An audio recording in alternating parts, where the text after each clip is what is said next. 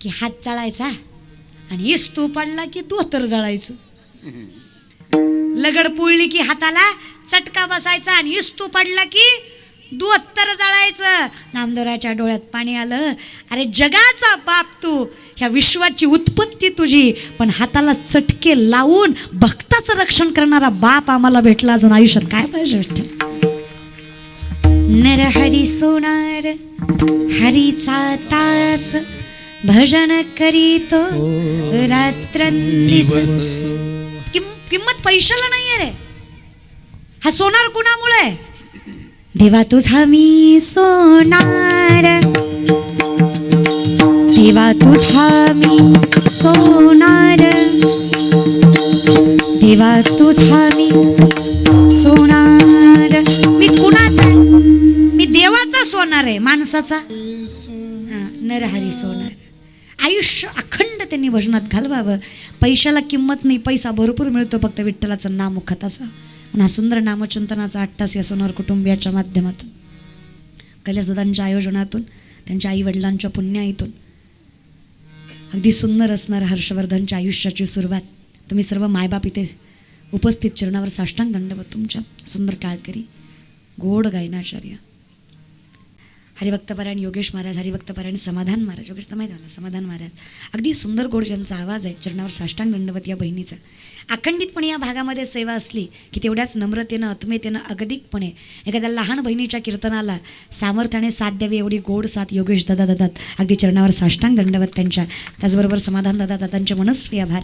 सुंदर विनिकरी दादा, चोपदार दादा, सगळ्यांच्या चरणावर साष्टांग दंडवत. सर्व टाळकरी मंडळी, गोड सगळी गायनाचार्य मंडळी, अगदी गोड सुंदर पखावाज ज्यांनी वाजवला हरिभक्तपरायण ऋषिकेश महाराज, अगदी गोड सुंदर शिवनिर्मित असताना मृदंग तांडवासारखी वाजवायची ताकद त्यांच्या बोटांमध्ये आहे. अशीच ती वृद्धिंगता मिळावी, ताकद परमात्म्याने द्यावी ही चरणावर प्रार्थना देवाच्या. अगदी गोड सुंदर हरिभक्तपरायण जितू महाराज, चरणावर साष्टांग दंडवत त्यांच्या. सगळ्यांचे मनस्वी आभार. सुंदर सिस्टीम दादांचे मनस्वी आभार. विनिकरी दादा, उपस्थित सर्व अपतिष्ठ मंडळी, स्वैर्यधायरे मंडळी, सगळी ग्रामस्थ पंचकृषीतील मंडळी, एवढ्या स्तब्धपणे बसलत तुम्ही. म्हणून गेली 2.5 तास झालं कीर्तन चालू आहे.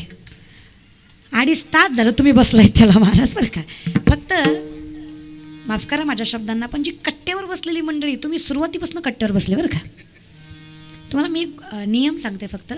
नारदाच्या गादीच्या वर माणसाने कधी बसू नये, कधीच नाही. हा नियम आहे, बाकी तुमचा हिशोब आहे तो. आणि जवळ बसावं. का बसावं त्याचं कारण आहे, पायाचा प्रॉब्लेम असू शकतो, आय ॲक्सेप्टेड, मान्य करते मी.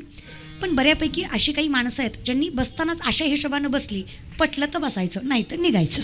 म्हणून ती बसतानाच जरा लांब, असं नाही का, ती उठली नाही, ती कीर्तनाचा विषय म्हणायचा महाराज. पण त्यांचा ती हिशोबानं कशी बसल्या होत्या, पटलं तर बसायचं, नाही तर म्हणून ते पुढं यायची भीती असते. मी तुम्हाला कायम सांगते, तुम्ही शेतकरी आहात का थोडेफार? तुम्हाला खळं माहिती, शेतकरी सांगायचं बरं का, to be proud a farmer. शेतकरी आत कौतुकानं सांगायचं. बाकीचे काय सांगतात, अध्यक्ष, सचिव, आमदार, सरपंच, आपण बी सांगायचं. शेतकरी आयुष्याचा जुगार खेळून मातीमधनं सोनं पिकवायची ताकद ज्याच्या मनगटात आहे, ज्याच्या घरात कधीच भ्रष्टाचाराचा, लाचारीचा, तळतळाटाचा पैसा येत नाही, त्याला शेतकऱ्याचं घर म्हणायचं, कौतुकानं सांगायचं ना शेतकरी. तुम्ही शेतकरी आहे, तुम्हाला खळं माहिती. खळं पहिलं खळं होतं, आता नाही राहिलं. खळ्यात धान्य काढायचे. खळ्यात धान्य काढताना धान्य आत पडायचं, खळ्याच्या आत. आणि बुसकाट, बुसकाट कळतं ना तुम्हाला? मात्र ते बुसकाटच. हां, बुसकाट कुठं पडायचं? खळ्याच्या. आता हे काय ज्ञानाचं कळतं का तुम्हाला? हे तुम्हाला कळलं, मी नाही म्हणत महाराज. ऑलरेडी आपल्या आयुष्याचं लय बुसकट झालंय, काहीच राहिलं नाही, आपलं बुसकटच झालंय जिंदगीचं. अजून करून घ्यायचं. कीर्तन म्हणलं की जमून बसायचं, स्तब्ध बसायचं, ताट बसायचं, चप्पल न घालता बसायचं. सुरुवातीला का सांगितलं नाही ते म्हणलं आतापासूनच लई सांगायली, चला म्हणलं शेवटला सांगा महाराज. कीर्तनात चप्पल घालून बसायचं नाही, जवळ बसायचं आणि कायम. आणि खूप स्तब्ध बसलात तुम्ही, याचं मात्र कौतुक आहे. टाचणी पडेल तरी आवाज येईल एवढं सुंदर पद्धतीने तुम्ही सगळी शिरपूरकर मंडळी बसलात. चरणावर साष्टांग दंडवत तुमच्या. माझ्याकडनं काही चुकलं असेल शब्दांमध्ये तर क्षमस्व. सगळी सेवा परमात्म्याच्या समर्पित. सेवेला विराम. ज्ञानेश्वर माऊली ज्ञानराज माऊली, ज्ञानेश्वर माऊली ज्ञानराज माऊली, ज्ञानेश्वर माऊली. विठ्ठल जय जय विठ्ठल विठ्ठल जय जय विठ्ठल बोलेले कोरे वेळे वाघोडे कोणी उठू नका जागेवर बसा. नाही विचारिला ते कारम्या फुला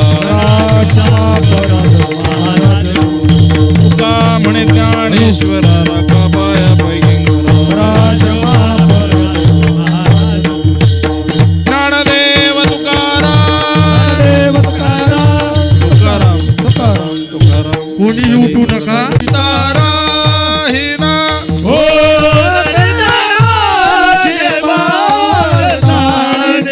घेऊन या बाळाला घेऊन या